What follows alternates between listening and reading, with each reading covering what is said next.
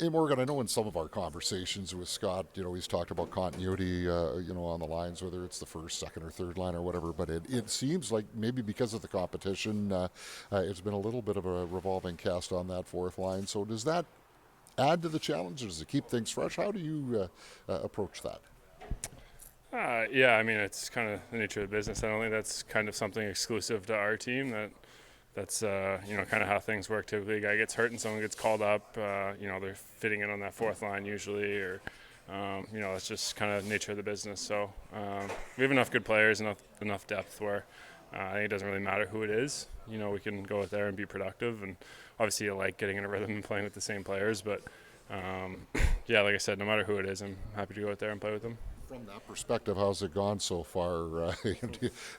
I guess you guys have been around long enough. You don't have to have the name tags and "Hi, I'm Morgan" type of Yeah, thing. yeah, Yeah. yeah. That's nice for sure. Obviously this is kind of the first skate where it feels like pretty similar to what our team was last year. So, yeah, I've played a lot of different guys, some young guys, some guys I've played with before. So, yeah, just good to get back and see everyone and get back on the ice. I guess from that perspective too, though, it's good, as far as when the regular season starts, because usually, you do have different guys that the coaches are fiddling with the lineup, or there is an injury. It's usually the fourth line that winds up getting affected, whether you move up or new guys are coming in. Yeah. Like I said before, that's just kind of how it is. Everyone wants to move up in the lineup at some point, but I'm ready to go with whoever kind of they put me with and whoever I'm playing with. How did you feel after that first game against Minnesota last Saturday? I think it was. You kind of lose track of the days, and where are you at going into this next one? Yeah, I mean it was preseason hockey. I think you guys could probably see that. I think everyone's kind of getting their legs under them. So, you know, I just felt like I was going out there trying to feel the puck. There's obviously some things you want to do better, but that's what the preseason's for. So we haven't been sent out the lineup yet, but I'm sure be getting in one here soon again and get another opportunity to kind of ramp up towards the season. So yeah, just kind of building, and we're getting there. Not that you ever take anything for granted, but will it be almost refreshing that it's closer to an NHL type lineup in the rematch with Minnesota compared to 5 days ago? Yeah. Like I said, I have no idea if that'll be the case or not. But I think as we inch towards the start of the regular season, the systems kind of come into play a little bit more. Like you said, the lineup usually morphs into kind of what it'll look like for game one of the regular season. So. Yeah, it's exciting. I think we're all just ready to get going now. This is kind of the point where camp kind of drags out, and you just want to get going and compete against other teams. So it's exciting. We talked to the power play guys about the extended special teams practice a couple of days ago. How beneficial was that for the PK from your perspective? Yeah, I think it was good. Obviously, the systems have changed a little bit. It looks like the personnel is going to change a little bit, but I think it's probably been discussed ad nauseum, but it needs to be better this year. It's you see how big a part of playoffs that is. A team like Edmonton last year going all the way to the Cup, and Florida as well. But just really that emphasis on having both special teams clicking, and I think that was probably a big part of kind of our downfall there at the end and in playoffs. Those systems have to be better. So.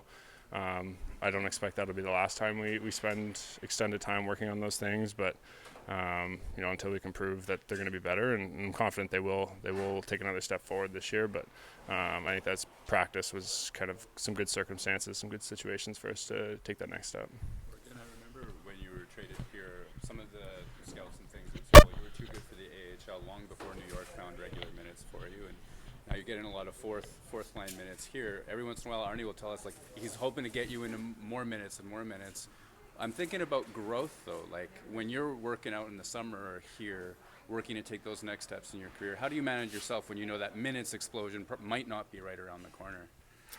Yeah, I think you need to be ready for it. You never know when it's going to happen, but you need to prove that. So for me, there's times last year where I did that, and there's times where I didn't. It needs to be consistent. And you talk to a lot of guys around the league.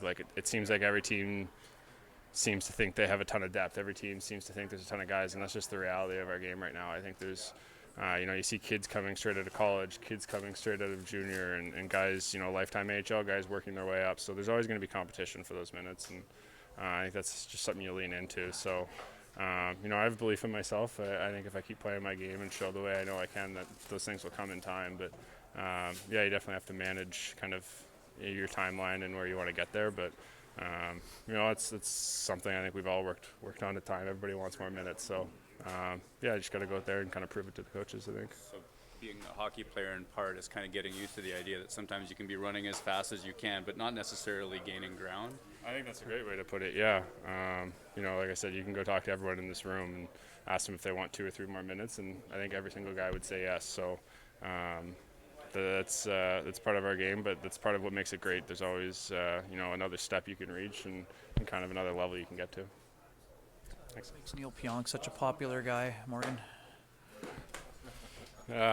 He's not that popular.